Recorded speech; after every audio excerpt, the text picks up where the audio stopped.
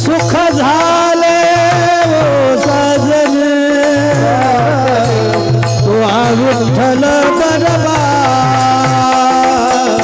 तुआ विठ्ठल बरबा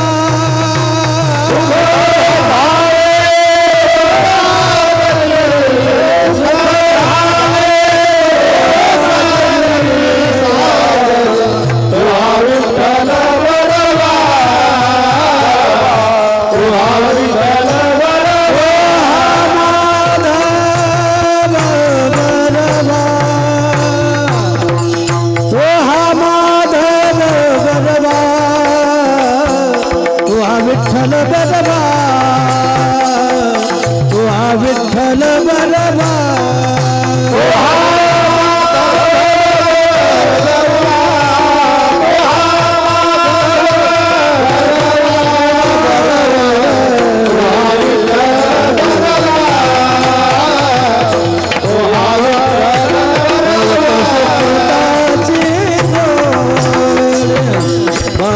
सुकृताची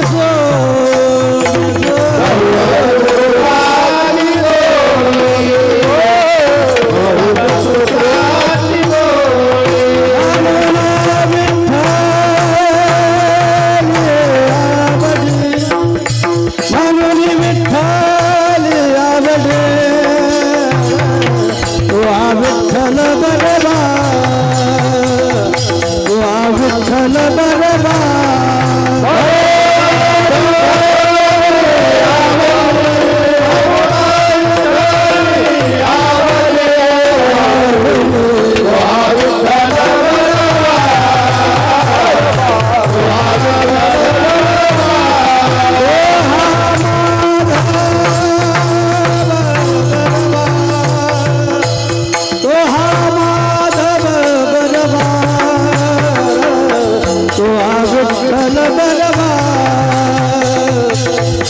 विठ्ठल बरबा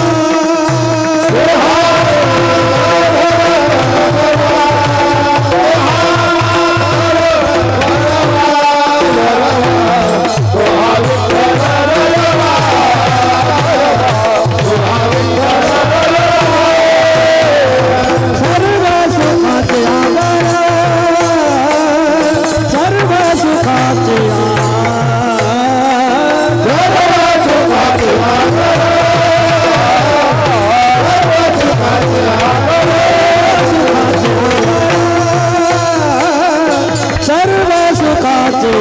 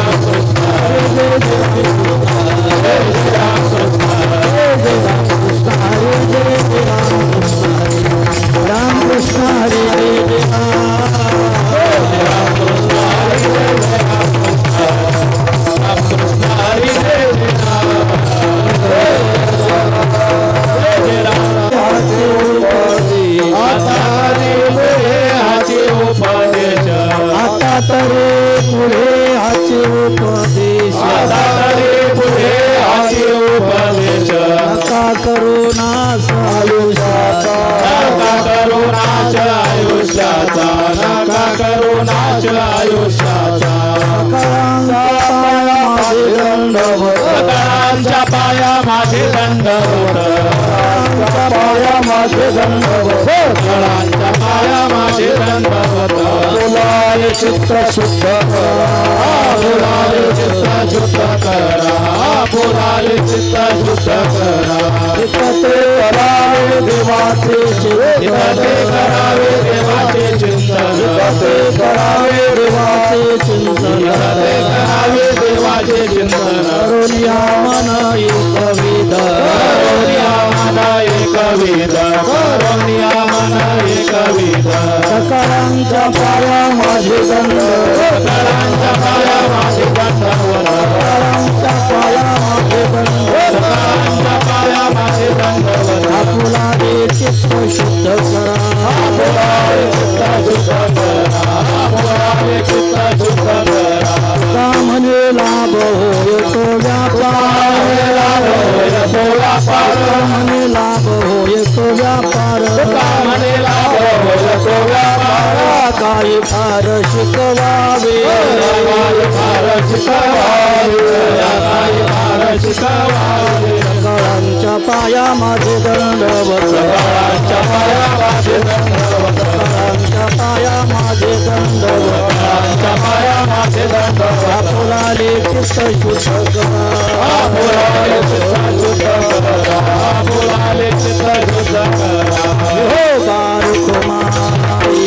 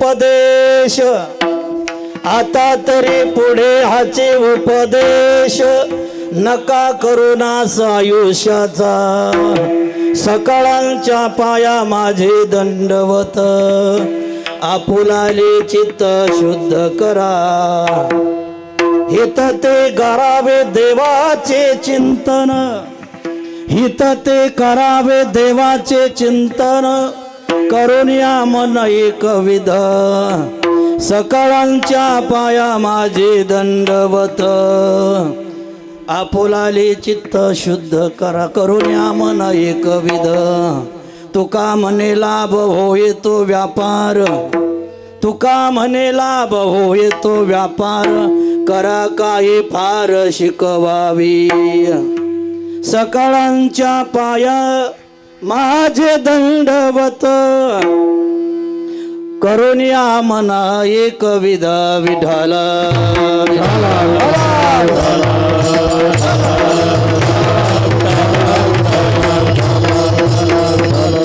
समचरण सरोजम सांद्र नीलाबुदाब जगल नीतिपाली मंडना मंडनानं तरुण तुळशी माला कंदरं नेत्रं सदैधवलासं विठ्ठलं चिन्तयामि नमो विश्वरूपा विष्णुपाय विश्वरूपा विष्णुमाय बाबा विश्वरूपा विष्णुपाय बाबा विश्वरूपा विष्णुमाय अपारा बापा पांडुरंगा पांडुरंगा मनोजव मारुत तुल्य वेगम जितेंद्रिय बुद्धिमत्तां वरिष्ठं वाताध्वज वानरहित मुख्यं श्रीरामदूतं शरणं प्रपद्ये ओम नमो ज्ञानेश्वरा करुणा करा दयाला तुमचा अनुग्रह लादलो पावन झालो चराचरी शरण शरण एकनाथा पायी माता ठेविता नका पावू गुण दोष झालो दास पायाचा विठाला विठाला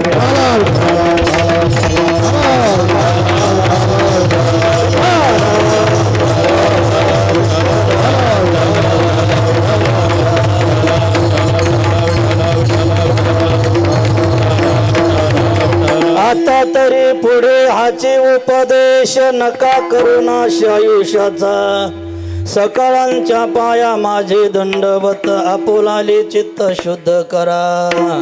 प्रस्तुत कीर्तन रूपी शिवेसाठी निवडलेला अभंग महान भगवत भक्त संत सम्राट महाराष्ट्र भूषण जगदवंदनी विश्व उद्धारक विश्व संत देवनिवासी वैराग्य मूर्ती जगद्गुरु तुकाराम महाराज यांचा अत्यंत महत्त्वाचा उपदेशपर प्रकरणातील 4 चरणाचा अभंग आपण आजच्या मितीला दसरीच्या निमित्ताने अर्थात जीवात्मा गेल्यानंतर त्या जीवात्म्याला श्रद्धांजली समर्पित करीत असताना कोणत्या अभंगाच्या द्वारा श्रद्धांजली समर्पित करावी आणि समाजाला सांगत असताना कोणत्या अभंगातून उपदेश करावा असा गोड विचार या अभंगातून जगद्गुरु तुकाराम महाराजांनी आपल्या पुढे तो सांगण्याचा अट्टहास केला, प्रयत्न केला, साहस केला. त्यातला थोडासा आपण या निमित्ताने चिंतन करूया. विठाला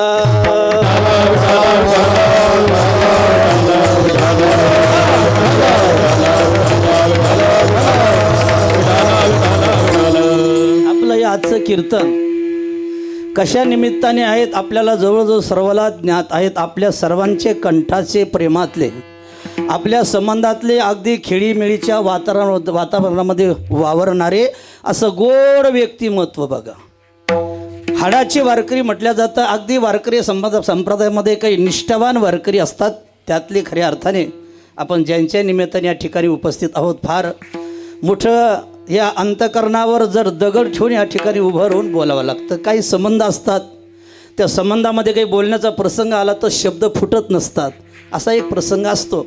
बोलायला उभं केलंच आहे तर बोलणं गरजेचं आहे. आपण सर्व या ठिकाणी हरिभक्तपरायण आदरणीय वंदनीय वैकुंठवासी किसनराव केशवराव जाधव यांचा आजचा हा दसक्रिया विधीचा कार्यक्रम आहेत. अर्थात त्यांना 10 दिवस झालेले आपल्यातून जाऊन. आणि धर्मशास्त्रामध्ये वारकरी संप्रदायामध्ये हिंदू संस्कृतीमध्ये मनुष्य गेल्यानंतर वर्ष श्राद्धापर्यंत काही कार्य करण्याची पद्धती असते. त्यातला आजपासून तो कार्यक्रम सुरू झाला म्हणजे दसक्रिया विधीचा कार्यक्रम. दसक्रिया विधीचा कार्यक्रम झाल्यानंतर 13वा असतो आणि 13व्याच्या नंतर मग वर्षाच्या काठी वर्ष श्राद्ध असतं. हे संसारिक जीवनासाठी आहेत. ब्रह्मचारी संन्यासी जर गेला त्याच्यासाठी 14 दिवस कार्यक्रम केले जातात. त्याची पुण्यतिथी केली जाते. अनंत प्रकार जसा जसा आश्रम असेल, जसा जसा वर्ण असेल, त्या वर्णानुसार आणि आश्रमानुसार ही गेल्यानंतरची विधी आहेत. म्हणजे हयात नसताना काही माणसं हयात असताना त्या व्यक्तीच्या संबंधाने कार्यक्रम करत असतात आणि काही बाबतीमध्ये मात्र काही कार्यक्रम मनुष्य गेल्यानंतर त्याच्या पित्यार्थ केल्या जातं म्हणून त्याला पितृपक्ष म्हणतात. अर्थात त्याला पितर म्हणतात. पितर गतीला गेल्यानंतर त्या पितराच्या पित्यार्थ जे जे काही तुम्ही पाठीमागे कार्यक्रम कराल, मग दसक्रिया विधी असेल, अन्नदान असेल, वस्त्रदान असेल, ज्ञानदान असेल, याच्यातून पुण्याची निर्मिती होत असते. आणि पुण्याची निर्मिती झाल्यानंतर हे पुण्य त्या व्यक्तीला समर्पित केलं जातं.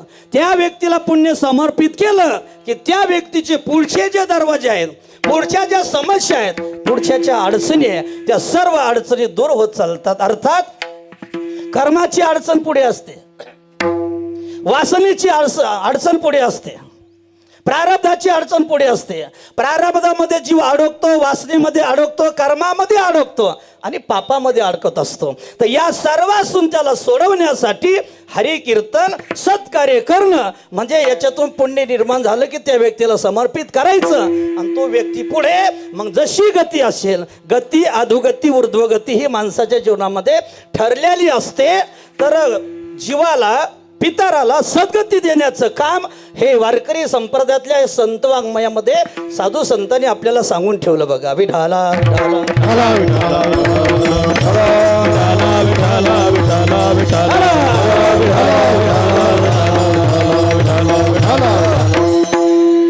मुलाच्या हातात ते गती देणं, अधोगती देणं, ऊर्ध्वगती देणं.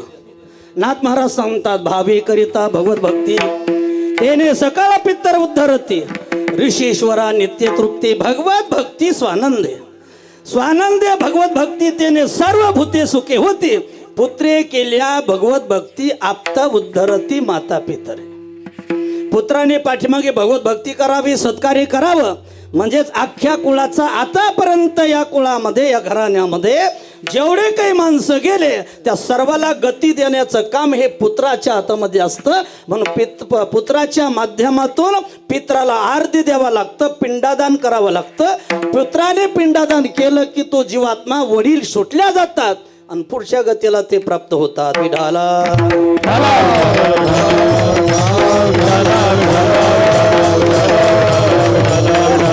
आणि ही तर त्यांच्या समाजातली समस्या झाली. पण आपल्या सामुदायिक त्याला श्रद्धांजली म्हटल्या जातं. जसं सामुदायिक प्रसाददान आहे तसं सामुदायिक श्रद्धांजली आहेत.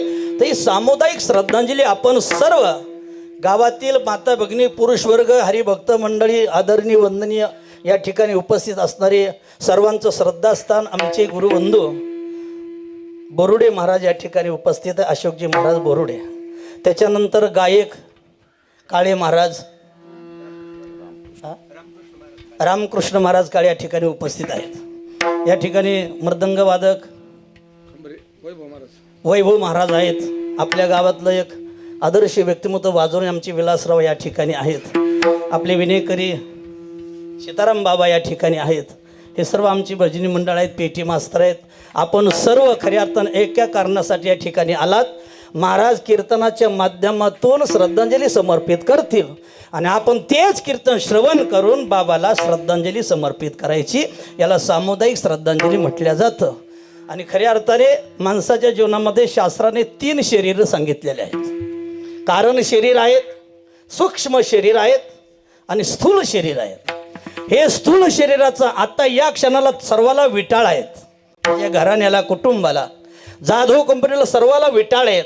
विटाळ कोणतं शरीर निर्माण करतं तर त्याला स्थूल शरीर म्हटलं जातं. या स्थूल शरीराचा सर्वाला विटाळ आहेत, याची राख होते. हे कुठे जात नाही, कुठे नेता येत नाही. हे वाढत असतं. अस्ति जायते वर्धते विपरिणमते अपेक्षते आणि विनश्यती. हे 6 विकार या स्थूल शरीराच्या संबंधामध्ये आहेत. याचा विटाळ म्हटला जातो. याची वाढ होते, याचे खऱ्या अर्थाने मोठा होतो, याचा नाश पावत असतो. याचं काही घेणं देणं नसतं. हे कीर्तनाने काही होत नाही, याच्यावरून कोणताच परिणाम होत नाही. चांगलं करा वाईट करा या शरीराला काही घेणं देणं नसतं. पण चांगलं अगर वाईट केलेलं कर्माचे संस्कार ज्या शरीरामध्ये जाऊन बसतात त्याला म्हणतात सूक्ष्म शरीर. बुद्धी कर्मेंद्रिय प्राण पंचके मनसा ध्या शरीर सप्तदशे सूक्ष्मम तिल्लंगम उच्यते. हे 5 ज्ञानेंद्रिय, 5 कर्मेंद्रिय, पंचमहाभूत, प्राण आणि आपण अर्थात मन आणि बुद्धी एकत्र येऊन 17 तत्वाचा गठ्ठा तयार झाला, त्याला म्हणतात सूक्ष्म शरीर. मग पाप केलं तरी सूक्ष्म शरीरामध्ये असतं आणि पुण्य केलं तरी सूक्ष्म शरीरामध्ये असतं. विठाला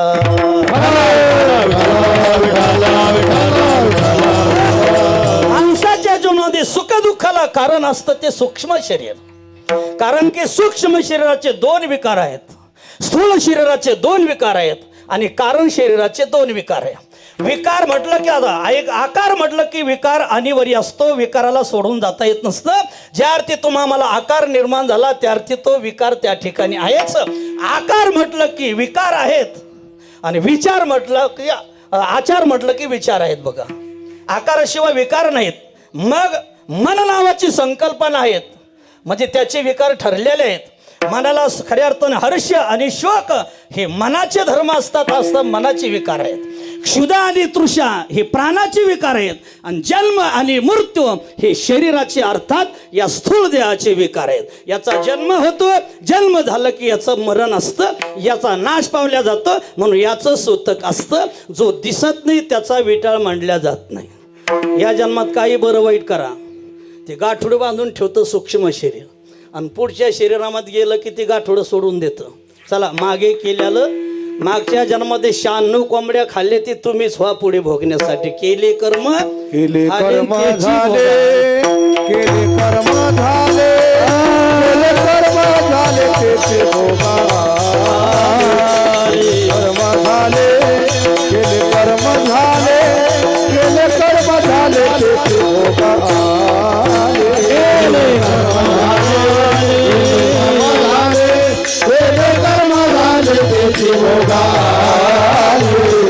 कर्म झाले, कर्म झाले, कर्म झाले त्याचे भोगा. उपजलेले ऐसे उपजलेले ऐसे हरी मुखी गाता, हरी मुखी गाता, हरी मुखी गाता, हरी मुखी गाता, हरी मुखी गाता, हरी मुखी गाता. केले कर्म झाले त्याची भोगाले. जे जे आपण कराल ते या देहाला जीवात्म्याला ते भोगावं लागत असतं. पुढे काही करत नसतात माणसं, पण मागचं आलं की ते भोगावं लागत असतं. ते सूक्ष्म शरीराच्या ठिकाणी असतं. आपल्याला वाटतं आपण कर्म करतो, आपल्याला कोणीच पाहत नाही. आपण आपले डोळे झाकले की विशेष आपला मांजरीला वाटतं आपण डोळे झाकले मी आपलं दूध पितो, कोणाला कळत नाही. पण भागवतामध्ये 14 गोष्टी सांगितल्या आपल्या कर्मावर लक्ष ठेवणाऱ्या. योगायोग आला भागवताचा, तिथं आपण ते सांगण्याचा प्रयत्न करूया. 14 गोष्टी आपल्या कर्माला साक्षी आहेत. त्याच्यामध्ये 10 दिशा आहेत आपल्या कर्माला साक्षी. पंचमहाभूतही आपल्याला कर्माला साक्षी. असं म्हणायचं काम नाही 4 भिंतीच्या आतमध्ये आपलं कर्म चाललं, आपल्याला कोणी पाहत नाही. आपल्याला पाणी पाहतं, म्हणजे पंचमहाभूत आपल्या कर्माला साक्षी असतात. याचा अर्थ आपण जे बरं वाईट कराल त्या कर्माचं गाठोड आपल्या जन्मात तयार होत असतं आणि पुढच्या जन्मामध्ये आपल्याला भोगाला यावं लागत असतं. याचा अर्थ असा आहे की हे सर्व कर्माचं गाठोड त्या सूक्ष्म शरीरामध्ये बसतं आणि सूक्ष्म शरीरात जीवात्म्याबरोबर पुढच्या जन्मामध्ये येत असतं. विठाला हे कारण शरीर आहे तर कारण शरीराचा नाश होत असतो. ज्ञान प्राप्त झालं की अज्ञान गेलं आणि अज्ञान म्हणजेच हे कारण शरीर असतं. अज्ञानाने ज्ञानाचा अज्ञानाचा नाश झाला की तर हे कारण शरीर नष्ट होत असतं आणि जाळल्यानंतर स्थूल शरीर जात असतं. याला समाप्त करावं लागत असतं. विटाळ या शरीराला म्हटला जातो. जे दिसतं त्याचा विटाळ आहे, जे दिसत नाही त्याचा विटाळ नाही. बघा ऐका, परमात्मा दिसत नाही म्हणून त्याला विटाळ नाही आणि जीव हा दिसतो अर्थात आकारवान आहेत म्हणून त्याला विटाळ असतो. काही जरी झालं तर शास्त्र सांगतं जीवनामध्ये किती दिवसाचा विटाळ कोणी कसा मानायचा याला स्वतंत्र शास्त्रे. माना आगर नका मानो. व्यक्ती गेला का एक दिवसाचं सुतक अख्ख्या गावाला असतं. कसं असतं म्हणाल तर सुतकाचा प्रसंग असतो, दुःखाचा प्रसंग असतो. प्रत्येकाच्या चेहऱ्यावर दुःख असतं. मनुष्य गेला आपला प्रेमाचा होता, आपल्या जवळचा होता, गेला गेला असं म्हणता म्हणता दिवसभर काही काम सुचत नाही, कुठे जाऊ वाटत नाही. याचा अर्थ एक दिवसाचं सुतक अख्ख्या गावाला. जशी व्यक्ती जाईल तशी. बघा एखादा सत्ताधीश गेला तालुका बंद राहतो, जिल्हा बंद राहतो, राष्ट्र महाराष्ट्र बंद केला जातो, दुखवाटा पाळला जातो 3-4 दिवसाचा. जसे व्यक्तीचा आकार वाकार असेल त्याचा अर्थात पसार असेल त्या त्या पद्धतीनं विटाळ हा मांडला जातो. अर्थात मंत्री गेला तुम्हाला सुतक पाडायचं कारणच नाही. कीर्तन लक्ष येतं सर्वांच्या. नुसतं माझ्याकडे पाहता तुम्ही थोडं शेअर. मला कळलं पाहिजे तुम्हाला कळतं की मी काय बोललो. आपल्याला एखादा मंत्री गेला त्याचे आपले संबंधच नाही, सुतक मानाचं गरजच नाही, महाराष्ट्र बंद ठेवला जातो. याचा अर्थ मनुष्य गेला की 1 दिवसाचा विठ्ठल अख्ख्या गावाला, 10 दिवसाचा विठ्ठल भावकीला, 14 दिवसाचा विठ्ठल घराला आणि 15 दिवसाचा विठ्ठल देवाला. माना अगर नका मानू पण हा विठाळ मानावा लागतो. काही लोक सवडी अनुसार आपलं काही प्रसंगाला 5व्या दिवशी दावा करतात. नाही म्हटले लग्न आलं ते करून घ्यायचं उरकून घ्या. हे काही जर हे लौकिक झालं पण जो विठाळ तो विठाळ राहतच असतो. आणि असा जर विठाळ असेल तर पुढच्या अनंत समस्या जीवनामध्ये निर्माण होत असतात संसारिक जीवनामध्ये. म्हणून त्या त्या व्यक्तीच्या संबंधाने त्या त्या तिथीपर्यंत ते कार्यक्रम झाले पाहिजे. याचं कारण आहे जीवात्मा गेला की गेला नाही, गेला नाही तो आहे, फक्त आकाराने नाही. कारण जी आरती वर्षातून 3 वेळाला तुमच्या दरवाज्यात येतात त्या आरती ती आहे. त्या व्यक्तीला 3 वेळाला वर्षातून यावं लागतं तुमच्या घरामध्ये. कोणत्या कोणत्या वेळेला येतात बघा. पितर गेल्यानंतर पितृपक्षामध्ये येतात म्हणजे पितर घालावं लागतो. अक्षय तृतीयेला तर म्हणजे पितर जेव घालावा लागतो आणि गेलेल्या तिथीला येतात म्हणून त्यांना पूजा करावी लागते. असं 3 वेळाला व्यक्ती घरामध्ये येत असतो. सकाळी 7 वाजल्यापासून संध्याकाळी 7 वाजेपर्यंत 12 तास बसण्याचा अधिकार पितृपक्षाने त्या पित्राला दिलेला. जा तुझ्या दरवाजात बस, तुझा मुलगा आहे, तुझा पाठीमाग जे कुटुंब असेल त्यांच्या दरवाजामध्ये जाऊन बैस. आणि जर त्या कुटुंबाने नैवेद्य दाखवला नाही तर पितराचा कोप जो म्हणतात तो हा कोप असतो. पितर नाराज होतात आणि निघून जातात. मग आहा काटा त्याचे करीते पितर वंश दुराचार पुत्र झाला, वंश दुराचार पुत्र झाला, वंश दुराचार पुत्र झाला, वंश दुराचार पुत्र आहा काटा त्याचे करीती पितर वंश असं दुराचार पुत्र निर्माण झाला असं म्हटलं जातं. आणि मग पितराचा क्षोभ होत असतो, शाप मिळत असतो. म्हणून पितराला सद्गती द्यावी लागते. बघा भागवतामध्ये 2ऱ्या स्कंदामध्ये सकाम उपासना सांगितलेल्या आहेत. भागवतामध्ये सकाम उपासना सांगितलेल्या आहेत. कोणत्या देवाची उपासना केल्यानंतर आपल्याला काय मिळणार आहे. शरीरावर तेज यावं असं वाटत असेल तर ब्रह्मदेवाची उपासना सांगितली. ऐका, शरीरावर तेज यावं असं वाटत असेल तर ब्रह्म देवाची उपासना करावी. इंद्रियामध्ये पाठवी शक्ती यावी असं वाटत असेल तर इंद्राची उपासना सांगितली. सौंदर्य मिळावं असं वाटत असेल तर गंधर्वाची उपासना सांगितलेली आहे. पती पत्नीमध्ये प्रेम राहावं याच्यासाठी पार्वतीची उपासना सांगितलेली आहे. ऐश्वर्य प्राप्तीसाठी लक्ष्मीची उपासना सांगितलेली आहे. असे बऱ्याच जवळजवळ 30 ते 35 देवाची ती उपासना आपल्याला सांगितलेली आहेत. तर त्या 35 त्या उपासनेमध्ये पितराची उपासना आहेत. हा पितराची उपासना, ब्रह्मतेजासाठी ब्रह्मदेवाची उपासना, इंद्रियामध्ये शक्ती असावी म्हणून इंद्राची उपासना, आरोग्य प्राप्त व्हावं म्हणून सूर्याची उपासना, ज्ञान प्राप्त व्हावं म्हणून शंकराची उपासना, मुक्ती प्राप्त व्हावं म्हणून विष्णूची उपासना. तसं घरामध्ये सर्व मुळा बाळाला सुख सौख्य नांदावं, संपत्ती घरामध्ये नांदावी, याच्यासाठी पितराची स्वतंत्र उपासना सांगितलेली आहे. कारण जीवात्मा गेला की त्याला वायुमय शरीर तयार होत असतं. लक्षपूर्वक ऐका. आकार गेला, वायुमय शरीर झालं त्याचं. हे भूत लागतात ना, भूत असं म्हणतात माणसं, भूत लागतं. भूताला आकार नाही. तुम्ही अपवित्र जागेमध्ये गेलात, आमुष्याची रात्र असावी, तुम्ही काहीतरी वाईट वाईट खाल्लेलं असावं, तुम्ही अपवित्र असावे ना, अपवित्र जागेत तुम्ही गेला की एक हवा तुमच्या अंगाला लागते, आणि हवा लागली की तुम्ही म्हणतात मला भूत लागलं. भूत लागलं, त्या भूताला आकार नाही. आणि आकार नसल्यामुळे ते कसे मिठी मारत नाही, फक्त अपवित्र वारा तुमच्या शरीराला स्पर्श करतो, आणि अपवित्र वाऱ्याने तुम्हाला स्पर्श केला की मग तुम्ही जे बोलायला पाहिजे ते बोलत नाही, आणि ते नको बोला ते बोलल्याशिवाय राहत नाही. मग म्हणता याला भूत लागले, याला भूताने पिछाडलेले आहेत. याचा अर्थ पितर गेलं की त्यांना वायुमय शरीर प्राप्त होत असतं, आणि वायुमय शरीर प्राप्त झाल्यानंतर मग ते फक्त देव असेल, संत असेल, पितर असेल, नैवेद्य दाखवल्यानंतर प्रत्यक्ष कोणालाच खाता येत नाही, कोणी खाल्ला नाही.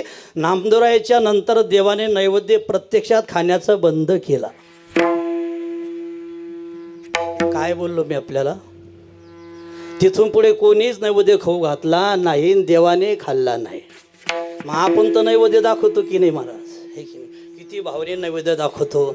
मला एवढ्या लोकांनी सांगा हातवरती करून, महाराज कोणाचा खाल्ला नसेल पण आमचा नैवेद्य खाल्ला. देव नैवेद्य प्रत्यक्षात खात नाही म्हणून तरी दाखवल्या जातो. याचा अर्थ तो फक्त ते स्वयंपाकाचा पदार्थाचा जो वास असतो ना, सुवास, तो फक्त त्याचा भुकेला असतो. म्हणून वायुमय शरीर असल्यामुळे त्याला फक्त वास द्यावा लागतो, प्रत्यक्षात कोणी खात नसतं. तसं आपण पितृपक्षामध्ये नैवेद्य दाखवतो, पितराची पूजा करून त्याला नैवेद्य अर्थात त्याच्या पुढे ताट ठेवतो, आणि वरती गच्चीवर गेल्यानंतर आपण घास फेकतो. आता घास फेकल्यानंतर खरं सांगा, पितराला गेला का खड्ड्यात पडला? याचा अर्थ असा आहे, वायुमय शरीर झाल्यामुळे त्याला आकार नसल्यामुळे ते नैवेद्य खात नाही, पण ते श्वासासाठी या ठिकाणी येत असतात. त्याला फक्त श्वास गरजेचा असतो. स्वयंपाकाचा श्वास आला की त्यांचं पोट भरत असतं. विढाला विढाला.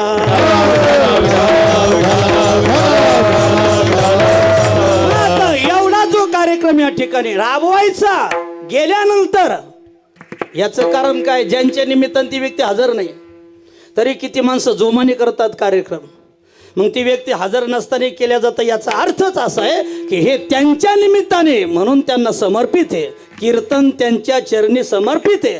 तुमच्या सर्व अंतःकरणातल्या भावना, दुःखित भावना त्यांच्या चरणी समर्पित आहे, आणि त्यांच्या चरणी समर्पित केलं की त्यांचं जीवन हे पूर्ण होत असतं. मला आल्याला सांगितलं, लगेच कावळ्याचा स्पर्श झाला. कावळ्याचा स्पर्श त्यालाच होत असतो, त्याचं जीवन परिपूर्ण असेल तर. अपूर्ण जीवन असेल तर महाराज सुद्धा प्रवचन करून कंटाळून जातात तरी कावळा शिवत नाही. मग काही लोक म्हणतात जिवंत असताना त्रास दिलाच दिला, पण गेल्यानंतर सुद्धा त्रास देऊन गेला. याचा अर्थ हे अतृप्त आत्मे असतात, पण जे तृप्त असतात ते कोणत्याच प्रकारचा त्रास देत नाही. निमित्त काही सुद्धा देवाने आतापर्यंत आपल्यावर कोणतीच बाजू येऊ दिली नाही. देवाने कोणतीच बाजू आपल्यावर येऊ दिली नाही. काहीतरी निमित्त करणारा, आणि त्या जीवात्म्याला, त्या संत सज्जन पुरुषाला, सत्पुरुषाला तो घेऊन जाणार. असं गोड व्यक्तिमत्व आपल्यातून गेलंय, आणि त्यांचे निमित्त एवढा जो वापर केला आपण शरीराचा.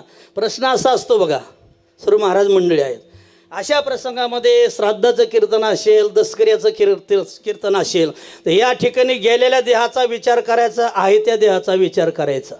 हे फार असं कुवाड्यात पडणार असतं. गेलेल्या देहाबद्दल किती जर विचार केला तर हाती काहीच लागत नसतं.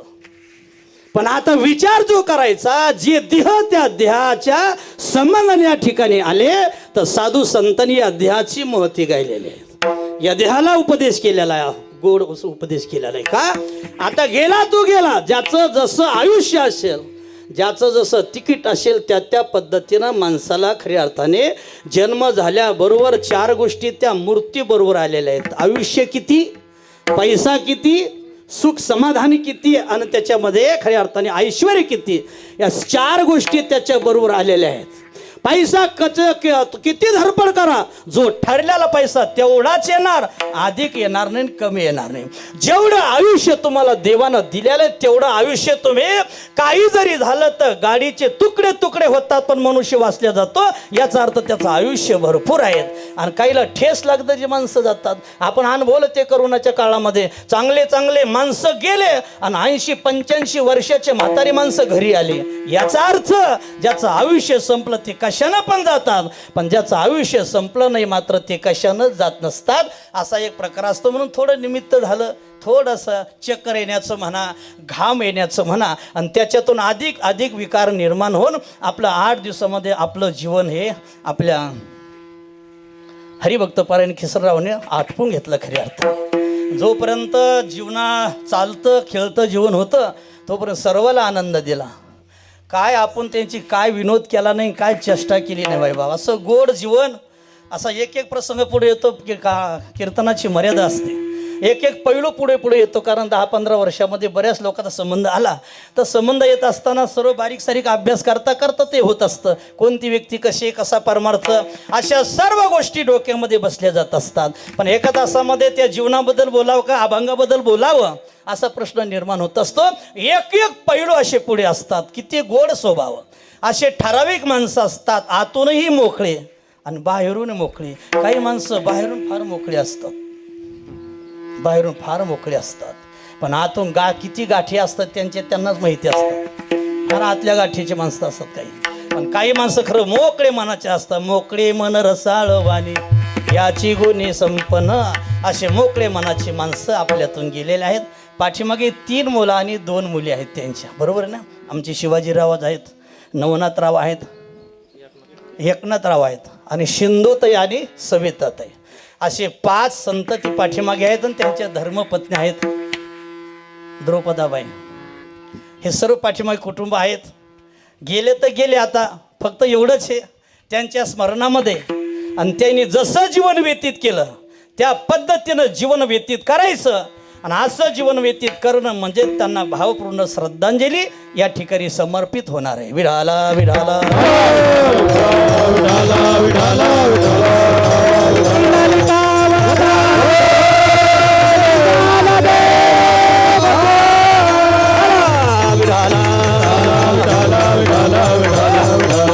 अभंग गोड आपल्या पुढे मी आपल्याला म्हणून दाखवला. कोणत्या कारणाने, कोणत्या ठिकाणी, कसा प्रसंगामध्ये साधू संतांनी उपदेश केला. उपदेशाचे बरेच प्रकार आहेत बघा, सांगण्याचे बरेच प्रकार आहेत, आज्ञा देण्याचे बरेच प्रकार असतात. उपदेश करणं, आज्ञा करणं, अनुज्ञा करणं आणि प्रार्थना करणं. उपदेश त्याला म्हटलं जातं. उप म्हणजे जवळ आणि दिशा म्हणजे दिशा दाखवणे. जो साधू, जे महात्मे, जे संत जीवाला जवळचा लवकरात लवकर मोक्षाचा मार्ग सांगतात त्याला म्हणतात उपदेश.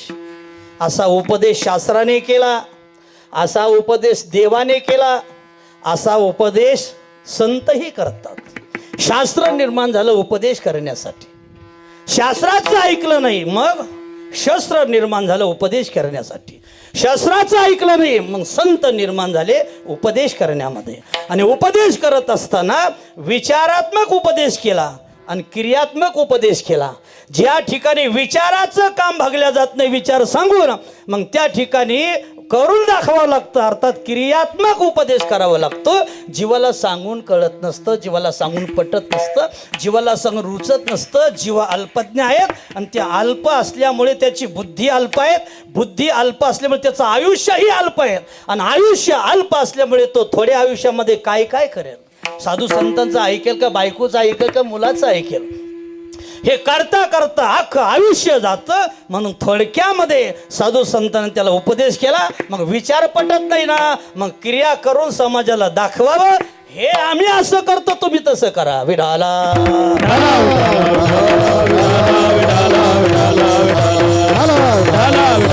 ऐसे संत जगी, तैसे संत जगी,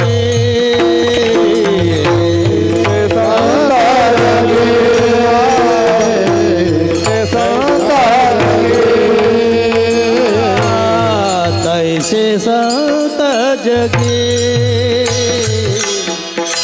कैसे संत जगे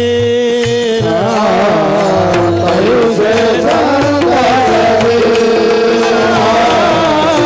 कैसे संत जगे क्रिया करो रे दाविती अंगे क्रिया क्रिया करो रे दाविती अंगे कैसे संत जगे कैसे संत जगे क्रिया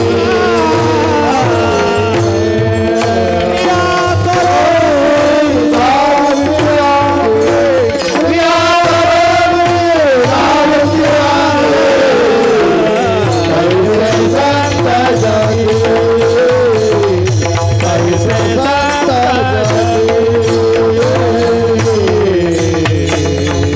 अर्भकाचे साठी पळते हाते धरली पाटे बालकाचे चाले माता जाणून पाऊल घाले हे सर्व दृष्टांत दिले याचा अर्थ ही क्रिया करून दाखवली पंतुजीला मास्तरला सरांना काहीच गरज नाही लेखणी घ्यायची नाही एक रे एक करत बसायचं का ते एक एक करत असतं म्हणून नोकरी लागली त्यांना ना एक डिग्री प्राप्त झाली मग ते नोकरी लागले पण केवढा जरी मास्तर असेल तर त्याला पहिल्यांदा मुलाचा हात धरावा लागतो त्याला एक रे एकाचं त्याला गिरवावं लागतं पण ते हाती धरले पाठी आई कशी जरी मोठी असेल पण तिला त्या बालकाच्या चालाप्रमाणेच पाऊल टाकावं लागतं माईबाप तसं जीवन मानवाचं जीवन या ठिकाणी या आयुष्यामध्ये व्यतीत होत असताना साधू संतांनी जीवासाठी असा गोड उपदेश केला त्याला क्रियात्मक म्हणतात बाबा आम्ही असं केलेलं आहे तुम्ही असं करा असा वेगवेगळ्या पद्धतीचा उपदेश साधू संतांनी आपल्या केलेला आहे एकंदरीत साधू संतांच्या ग्रंथांचा जर परामर्श घेतला विचार जर केला चिंतन मनन जर आपण केलं तर एक गोष्ट अशी लक्षात येईल आपल्या या विश्वामध्ये असा एकही वर्ग नाही एकही आश्रम नाही एकही वर्ण नाही की त्याच्यासाठी संत वाङ्मय नाही प्रत्येकाच्या सुखाच्या प्राप्तीसाठी आणि प्रत्येकाच्या दुःखाच्या निवृत्तीसाठी साधू संतांनी ही अभंगाची रचना केलेली आहे कोणी असा कशी असा कोणत्याही अवस्थेत असा कोणत्या स्थितीमध्ये असाल पण आपल्याला ते शोधावं लागेल आपल्यासाठी काय आहेत कारण साधू संतांचे असे वाङ्मय जे लिहिल्या गेलं ते सांगितलं गेलं तसं विचार केला तर भगवंताने गीता सांगितले 700 श्लोक सांगितले 18 अध्याय सांगितले सांगणारा एक आहे मग एक जर सांगत असेल तर मला वाटतं एकच गोष्ट बाहेर पडायला पाहिजे होती एकच विषय बाहेर पडायला पाहिजे होता पण गीता सांगितली भगवंताने पण त्या गीतेतला विचार केला कर्माचा विचार आहेत ज्ञानाचा विचार आहेत उपासनेचा विचार आहेत त्याला कांडत्रयित निरूपणी म्हणतात तीन कांडाचं निरूपण करणारी ही भगवद्गीता आहे का सांगितलं असेल वेगळ्या प्रकारचा उपदेश गीतेमध्ये का केला असेल याचं कारण आहे देवाला माहिती आहे गीता अर्जुनाला सांगायची पण अर्जुनापुरती न राहता ती अख्ख्या विश्वासाठी होणार आहे गीता अर्जुनापुरती राहणार नाही सांगायची अर्जुनासाठी पण अर्जुनासाठी राहणार नाही तर अख्ख्या जगाला तिचा उपयोग होणार एकाच्या कैवाडे एकाच्या एकाच्या कैवाडे एकाच्या कैवारे उगवी आणि काचे कोडे उगवी आणि काचे कोडे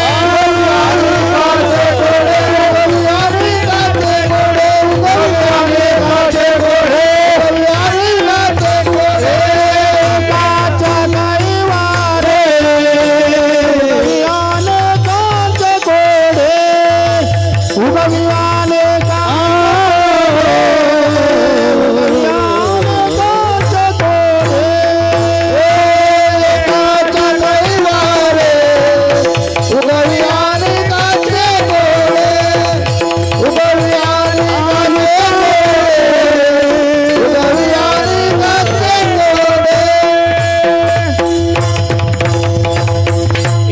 अर्जुनाच्या कैवाडे एकट्यासाठी आलं, अख्ख्या जगाला त्याचा उपयोग झाला.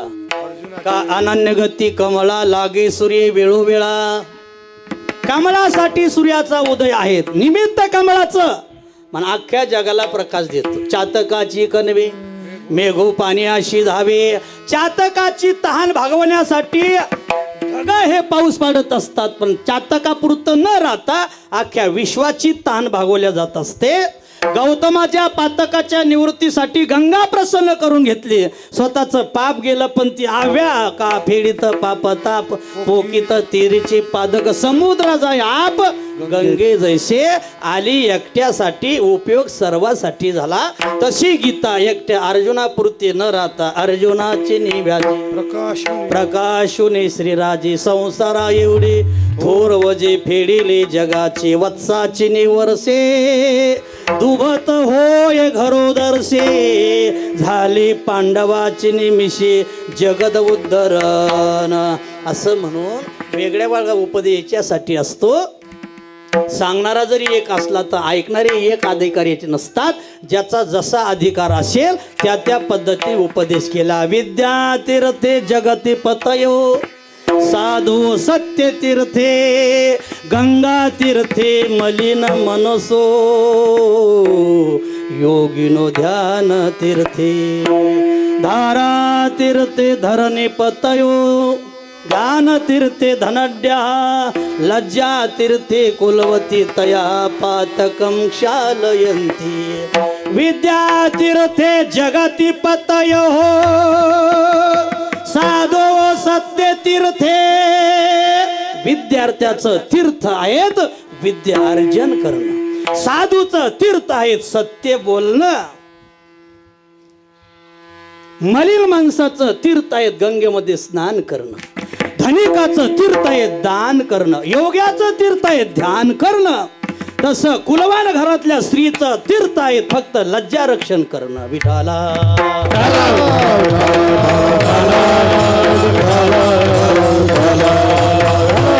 हे सर्व वर्णासाठी सांगितलं, सर्व आश्रमासाठी सांगितलं. मग आपण ब्रह्मचारी आहात, काय करावं ब्रह्मचार्याने? ब्रह्मचारी धर्म घोकावी अक्षरे आश्रमी विचार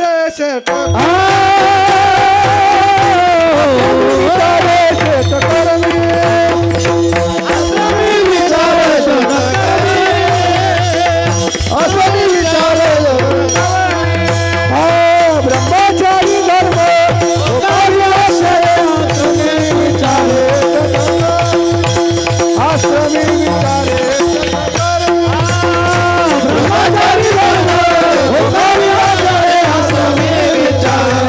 आश्रमी विचारे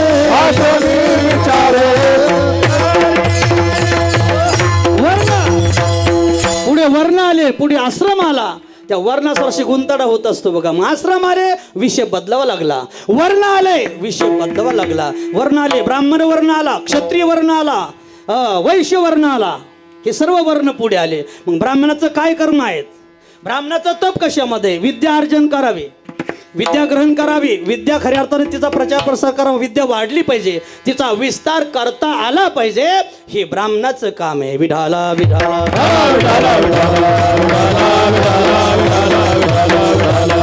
ब्राह्मणशे तपोज्ञानम तपो क्षत्रियचे रक्षण. ब्राह्मणाचं तप ज्ञान संवर्धन करण्यामध्ये आहे. क्षत्रियाचं तप सर्वांचं रक्षण करणं आहे. वैश्याचं तप कसोटीने व्यापार करणं हे वैश्याचं तप आहे. आणि सर्वांची सेवा करणं हे शूद्राचं तप आहे. हे प्रत्येकाचे तप सांगितलेलं, प्रत्येकाचं कर्म सांगितलेलं आहे. सर्व बाजूला सोडा. हा गृहस्थी आश्रम पुढे आहेत. आपण सर्व गृहस्थी बसलेला आहोत. एक दोन महाराज बाजूला सारले तर आपण सर्व ग्रस्ती आहोत. आपल्या पाठीके मुलं आहेत, बाळ आहेत, संसाराचा गाडा आपल्यावर आहेत. आपल्याला सर्व बोज आहेत. अर्थात सर्वांची सेवा करता करता आपल्याला पुढे चालायचं असतं. गृहस्थी आश्रम सर्वाला पोषक आहेत, सर्वाला पोषण आहेत. गृहस्थी आश्रमामध्ये ब्रह्मचारी भिक्षांदेही म्हणू शकतो. ब्रह्मचारी आश्रमामध्ये संन्यासी भिक्षांदेही असं म्हणू शकतो. व गृहस्थी आश्रमामध्ये वानप्रस्थी भिक्षांदी असं म्हणू शकतो. भिक्षा कोणी द्यावी, दीक्षा कोणी द्यावी? भिक्षा द्यावी गृहस्थीनं आणि दीक्षा द्यावी संन्याशानं ब्रह्मचार्याने. दीक्षा देण्याचं काम त्यांच्याकडे असतं. त्यांनी दीक्षा दिली तर भिक्षा द्यावी आणि भिक्षा दिली तर दीक्षा द्यावी. दीक्षा दिल्याशिवाय भिक्षेचं महत्त्व कळत नाही आणि भिक्षा दिल्याशिवाय दीक्षाचं महत्त्व कळत नाही. म्हणून संप्रदाय भिक्षा अधिक दीक्षा. मग दीक्षा ह्या ब्रह्मचार्याकडे, संन्यासी लोकांकडे, महाराज लोकांकडे, कीर्तनकार, प्रवचार जे काही धर्मप्रचारक असतील त्यांनी धर्मप्रचाराचा जो झेंडा हातात घेतला, यांच्या हातामध्ये अर्थात यांच्या ताब्यामध्ये यांचा अधिकार आहे समाजाला उपदेश करणं. विठाला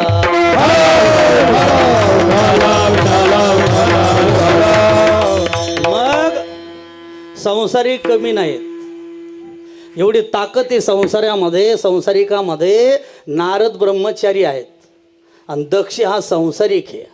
आणि दक्षाला असा राग आला की दक्षानं शाप दिला नारदाला, एका जागी थांबणार नाही. त्या दक्षाचे 10,000 मुलाला संन्यास घ्यायला पाठवलं नारदाने. म्हणून दक्षाला राग आला, शाप दिला. म्हणजेच दक्ष संसारिक असताना ब्रह्मचारी नारदाला शाप दिला तर अजून नारद थांबत नाही. दक्ष सापू नारदाशी त्याला थांबता येत नाही. जसं मुहूर्त एका ठिकाणी राहत नाही तसं नारदाला थांबता येत नाही. माईबाप हा संसाराची ताकद आहे. म्हणून धन्य ते संसारी. विढाला धन्य ते संसारिक असेल तर मग संसारामध्ये आल्यानंतर आणि या मृत्यू लोकामध्ये आल्यानंतर सर्वांचा चारी आश्रमाचा समावेश करून साधू संत आपल्यापुढे तो विषय मांडतात. आणि विषय मांडत असताना प्रत्येक उपदेश करण्याची हातुटी वेगळी असते. उपदेश करण्याची हातुटी प्रत्येकाची वेगळी असते.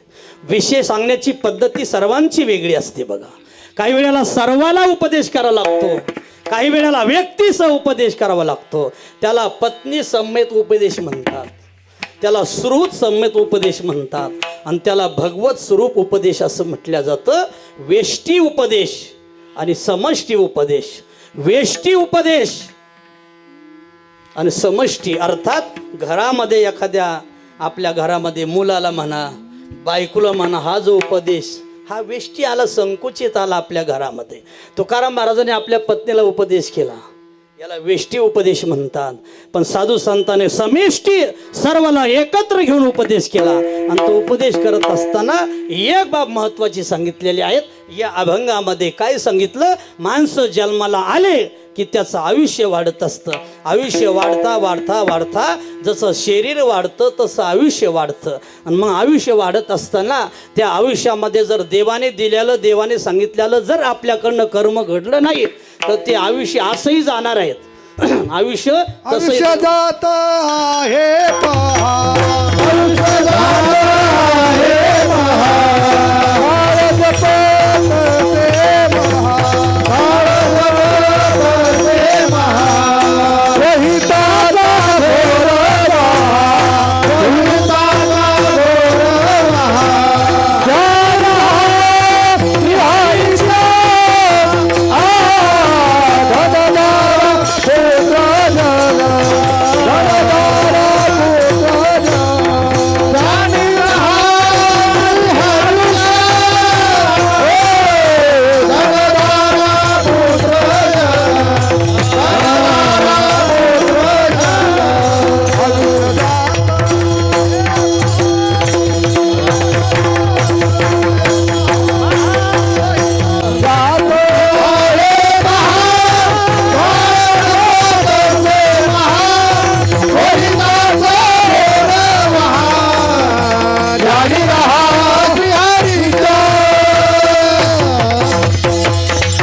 आयुष्य जात आहे पहा. का चाललंय आयुष्य?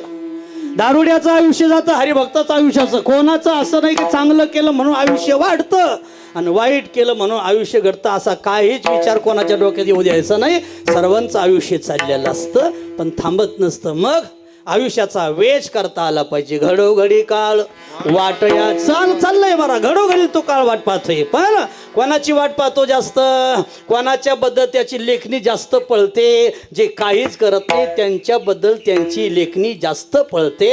आणि जे हरिभक्त असतात, चिंतनामध्ये काळ घालवतात, त्यावेळेला त्याची लेखणी बंद पडते. बघा, इथं म्हणतात हरिभक्ताचं आयुष्य वाढतं.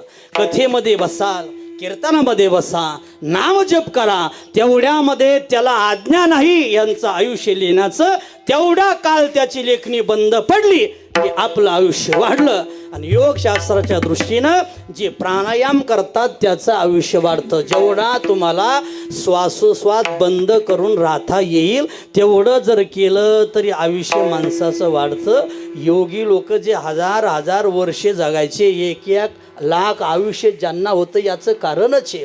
विश्वामित्राने 60,000 वर्ष तपश्चर्या केली, याचं कारण ते ध्यानस्थ झाले की श्वासोश्वास बंद झाला की असं म्हटलं जातं प्रत्येक दिवसातून मला वाटतं 21,600 मनुष्य श्वासोश्वास घेतो. किती? 21,600. मग सांगा तुम्ही निदान 2 मिनटं जरी श्वास बंद करून ध्यानस्थ बसले तर रोजचे 2 मिनटं विचार करा तुम्ही किती आयुष्य वाढतं आपलं. जे करायला पाहिजे ते आपल्याकडनं होत नाही आणि जे नको ते माणसं केल्याशिवाय राहत नाही. बघा, जास्त पळला की श्वासोश्वास जास्त वाढतात, जास्त काम केलं की श्वासोश्वास जास्त वाढतात. जेवढा तुम्ही धावाल तेवढा दम लागला की श्वास वाढतात आणि श्वास जास्त वाढले की आयुष्य कमी होत असतं. विढाला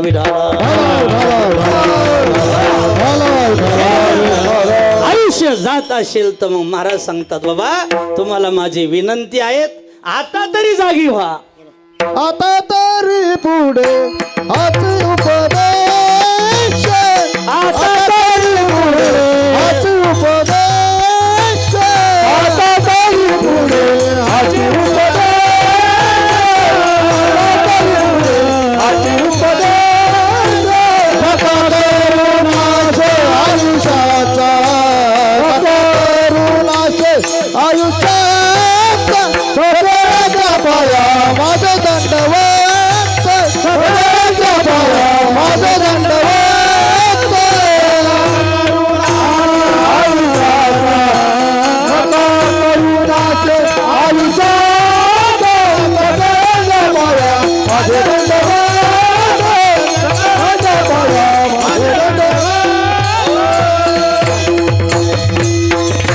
आता तरी पुढे, मागचं जाऊ द्या, पुढे बघा.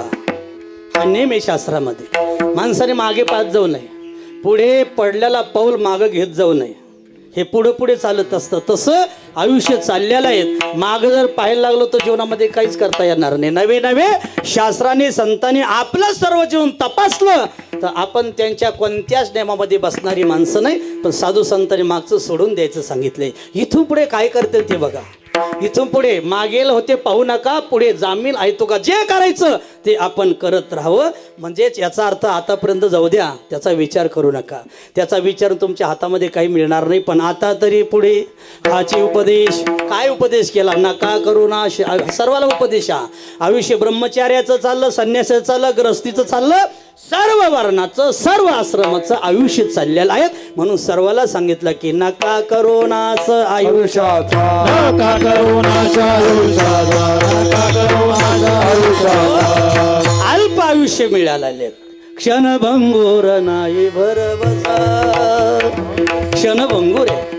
काय देवाने देह दिला तो अगदी दिला, तो क्षणभंगूर दिला.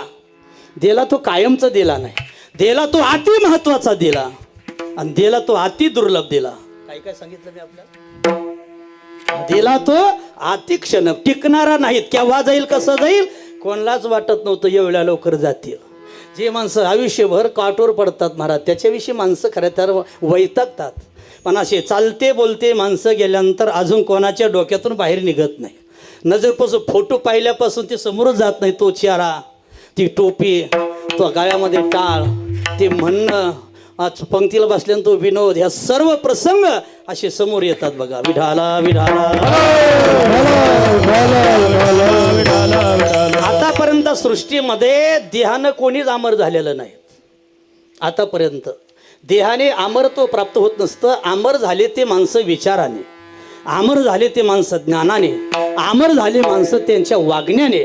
त्यांचं वागणं, त्यांचे विचार पाठीमागे राहत असतात आणि म्हणून त्या विचाराला सलामी दिल्या जात असते, त्या विचाराचा विचार केला जात असतो. विढाला विढाला.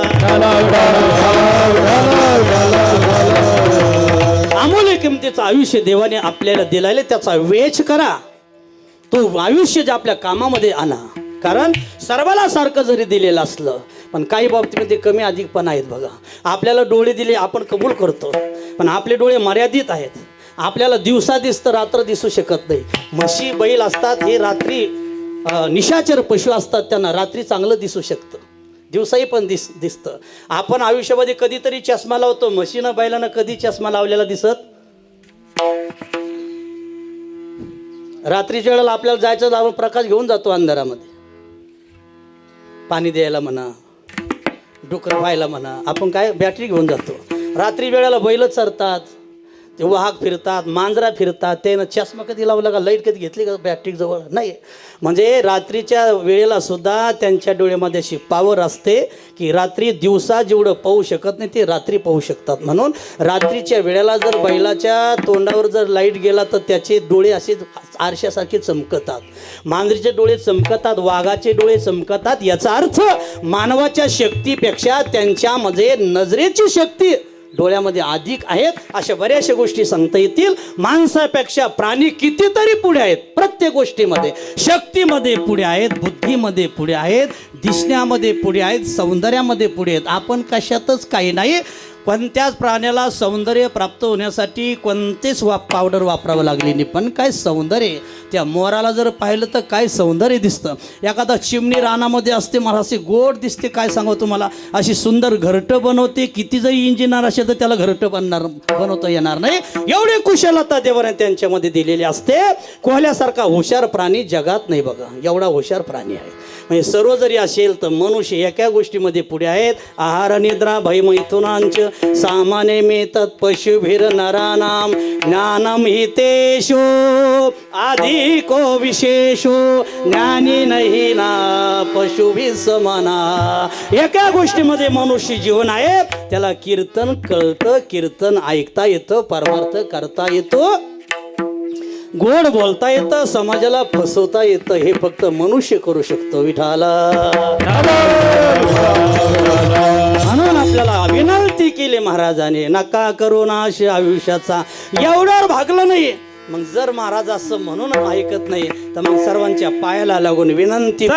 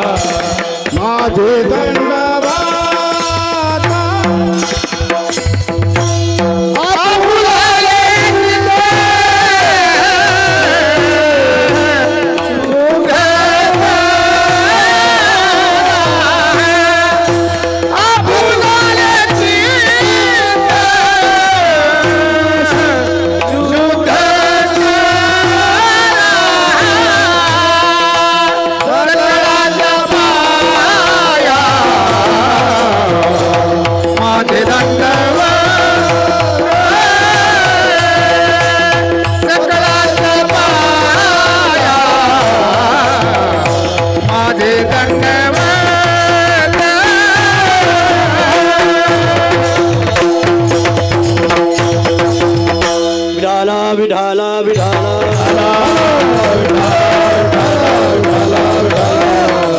पहिल्या चरणामध्ये आयुष्याचा नाश करू नका सांगितलं. दुसऱ्या चरणामध्ये विनंतीपूर्वक सांगितलं आयुष्याचा नाश करूच नका, पण परमार्थ साध्य करायचा असेल तर चित्त शुद्ध करा. बघा, चित्ताची शुद्धी सांगितली, आयुष्याची खऱ्या अर्थाने आपल्याला आज्ञा दिली, आयुष्य भंग जाऊ नका देऊ. चित्त शुद्ध करा. चित्ताच्या शुद्धाशिवाय परमार्थ होऊ शकत नाही. परमार्थासाठी चित्तच आवश्यक आहे. संसारासाठी वित्ताची आवश्यकता आहे. शरीरासाठी पित्ताची आवश्यकता आहे. ज्याला आपलं आरोग्य चांगलं राहावं असं वाटत असेल तर त्याने जास्त थुंकू नाही. बघा, हे तांबू खाणारी माणसं जास्त थुंकतात म्हणून पित्त वाढतं. पित्तासाठी लाळ आवश्यक असते आणि थुंकण्यामध्ये माणसा जीवनातली लाळ निघून जात असते. आणि ज्याच्या जीवनामध्ये लाळ तोंडामध्ये निर्माण होत नाही त्याचं अन्न पचू शकत नाही. बघा, एका क्षणामध्ये त्या अन्नामध्ये लाळ तयार होत असते, ते पोटात जातं आणि मग ते अन्न पचल्या जातं. ज्याच्या घासाला लाळ लागली नाही ते अन्न पचत नाही, ते विकार निर्माण करतं आत गेल्यानंतर. म्हणून आरोग्य सांभाळलं पाहिजे. आरोग्यासाठी त्याचं पित्त व्यवस्थित राहिलं पाहिजे. म्हणून शरीरासाठी पित्त आवश्यक आहे, परमार्थासाठी चित्त आवश्यक आहे. आणि संसार करायचा असेल तर जोडोन्या धन उत्तम व्यवहारी उदास विचारी विचकरी. पैसा कमवला पाहिजे आणि पैशाचा अगदी व्यवस्थित झाला पाहिजे. म्हणून दुसऱ्या चरणामध्ये गोड विचार सांगितला. चित्त पहिलं ताब्यात ठेवा, अर्थात चित्त निर्मळ काढा. त्याचं निर्मळ चित्त आहेत. देवाला म्हणावं लागत नाही या म्हणून, देव तिथं येत असतो. तुका म्हणे चित्त करावे निर्मळ, चित्त करावे निर्मळ, म्हणे चित्त करावे निर्मळ. देवनी गोपाळ राहे तेथे, देवनी गोपाळ राहे तेथे, गोपाळ राहे तेथे. गोपाळ येऊन राहावं याच्यासाठी चित्त शुद्ध पाहिजे. हे जे चित्त आहे ते बाहेर नाही, ते आत आहे. चित्त कुठे आहे? हे आतमध्ये. बरेचसे घटक आहेत ते आतमध्ये आहेत. आणि ते आतमध्ये जे आहे त्याच्यावर परिवर्तन झालं की परमार्थ सफल झाला. केलेला परमार्थ हा आतल्या घटकावर परिणाम झाला तर केलेला परमार्थ आहे. आणि केलेला परमार्थ आत जात नसेल, वरूनच जर असेल तर उपयोग न. म्हणून परमार्थ आल्यानंतर मन महत्वाचं, चित्त महत्वाचं आहे. मन, बुद्धी आणि चित्त ह्या सर्व गोष्टी अत्यंत महत्त्वाच्या. त्यातल्यामध्ये चित्त शुद्ध करायला सांगितलं. आणि चित्त शुद्ध जर झालं तर जीवनामध्ये हेच हित साधून देत असतं. हित ते करावे देवाचे चिंतन करून या मन एकविध. बघा, चित्तही सांगितलं आणि मन सांगितलं. मन एकत्र करा म्हणजे अर्थात मनाचा एक विषय व्हावा. विठाला विठाला.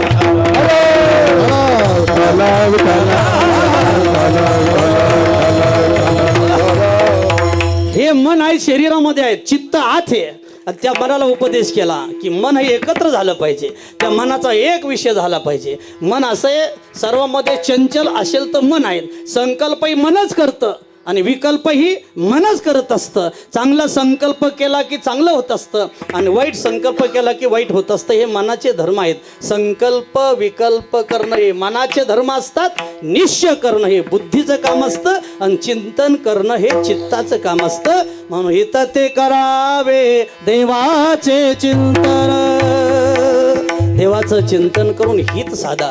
बऱ्याच लोकांना आपलं हित कळत नाही. आपल्याला म्हणण्यापेक्षा आपल्या सामान्य लोकांना हित कळत नाही. हित नाही ठावे जननी जनका, हित नाही ठावे जननी जनका, नाही ठावे जननी जनका, हित नाही ठावे जननी जनका.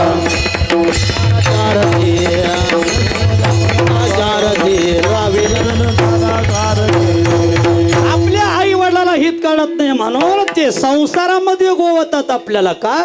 त्यांना हित कळत नाही. श्रुती मातेला हित कळत नाही. हित देवने वाढवी ती बरोबर आहे, पण हाताला धरू शकत नाही. देवाने हिताच्या गोष्टी सांगितल्या पण देवही अपूर्ण पडला. पण साधू संत जवळ येऊन आपलं हित साधतात, हित करून देतात. याचा अर्थ काय? हित म्हणजे देवाची प्राप्ती करून देतात. विढाला हा हा तुका म्हणे हित होय तो व्यापार. तुका म्हणे हित होय तो व्यापार. होय तो व्यापार. तुका म्हणे लाभ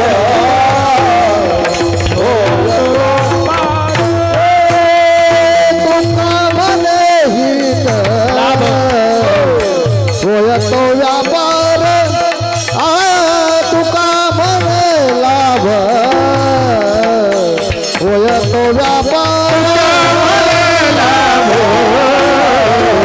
होय तो व्यापार तुका म्हणेला होय तो व्यापार तर काय भार शिकवावे तर काय भार शिकवावे सगळ्याच्या पाया माझे दंडवत पाया माझे दंडवत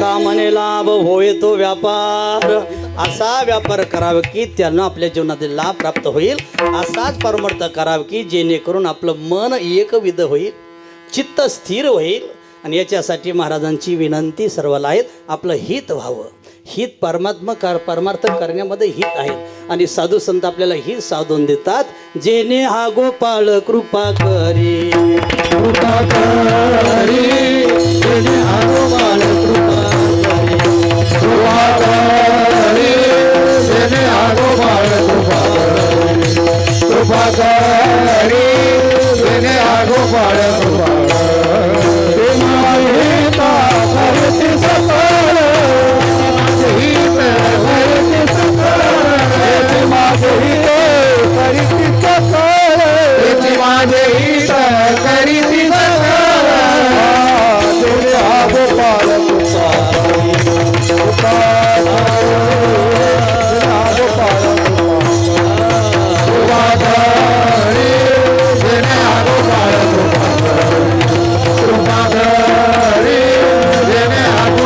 कृपा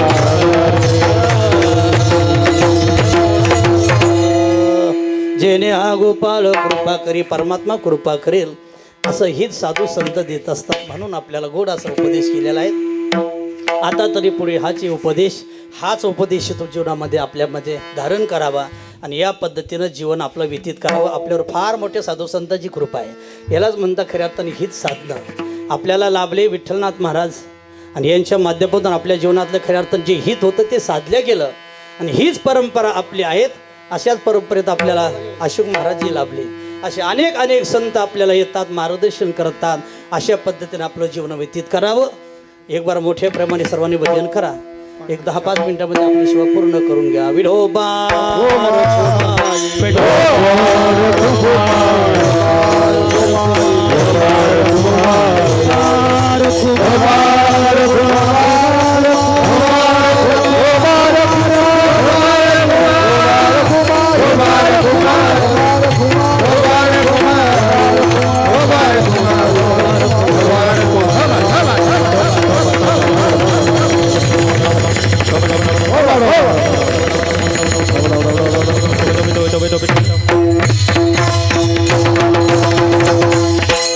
देवाचं चिंतन करण्यासाठी विनंती केली साधू संतांनी आणि आयुष्य जाऊन म्हणून विनंती केली आहे की सर्वाला पाया पडून सांगितलं करा विठ्ठल स्मरण गाते श्रोते पाते चतुर विनोदे सोम भावे पूर्ण ज्ञाती या सकाळती विनंती तुम्हा आम्हाला विनंती केली ते सिद्ध दशेला प्राप्त झालेले काही साधू संत आहेत त्यांना सुद्धा सांगितलं की तुमच्या हितासाठी तुमचा योग उपयोगाचा नाही तुमच्या हितासाठी तुमचं ज्ञान उपयोगाचं नाही तुमच्या हितासाठी तुमचं करणं उपासना उपयोगाची नाही तर तुमच्या उपयोग फक्त देवाचं चिंतनच म्हणून करा विठ्ठल स्मरण नामरूपी अनुसंधान जाणून्या भक्त लक्षण जघन प्रमाण दावितो ज्ञानोबरायची विनंती आहे कर जोडून विनवितो तुम्हारे तुम्ही वासुदेव नका करू संसार समारे तुम्ही वासुदेव वासुदेव म्हणा नका गुंतू विषय कामारे तुम्ही वासुदेव वासुदेव म्हणा तुम्ही आठवा वासुदेव वासुदेव म्हणा वासुदेव वासुदेव म्हणा तुम्ही वासुदेव वासुदेव म्हणा तुम्ही वासुदेव वासुदेव म्हणा करा जोडून विनवितो तुम्हाला हेच माझे विनवणे समाजे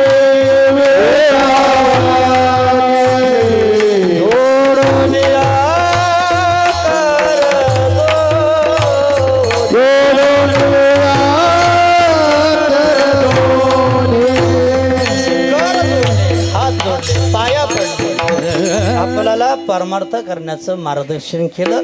आणि याच्यासाठी संतांचं वाङ्मय आहेत, याच्यासाठी संतांची वाटचाल आहेत, आणि याच्यासाठी संतांचा उपदेश आहे. कशासाठीच नाही, फक्त एवढंच साध्य व्हावं, जीवाने देवाकडे यावं, आपल्या जीवनाचं सार्थक करून घ्यावं. हा गोड संदेश या अभंगातून महाराजांनी दिलेला आहे.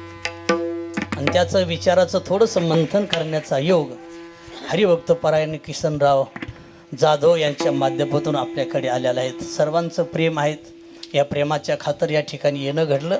आणि जे काही तोडकी मोडकी सेवा बाबाच्या चरणी समर्पित करत असताना संत वाङ्मय आहेत, साधू संतांचे विचार आहेत. मी माझं वैयक्तिक कुटुंब मिरजे कुटुंबाच्या वतीनं भावपूर्ण श्रद्धांजली या ठिकाणी समर्पित करतो. वारकरी शिक्षण संस्था आळंदी या संस्थेच्या माध्यमातून बाबाला या ठिकाणी भावपूर्ण श्रद्धांजली समर्पित करतो. हे कीर्तन आहेत, हे त्यांच्या चरणी पूर्ण करूया आणि या ठिकाणी आपण थांबूया. ज्ञानेश्वर माऊली ज्ञानराज माऊली ज्ञानेश्वर माऊली ज्ञानराज माऊली ज्ञानेश्वर माऊली ज्ञानराज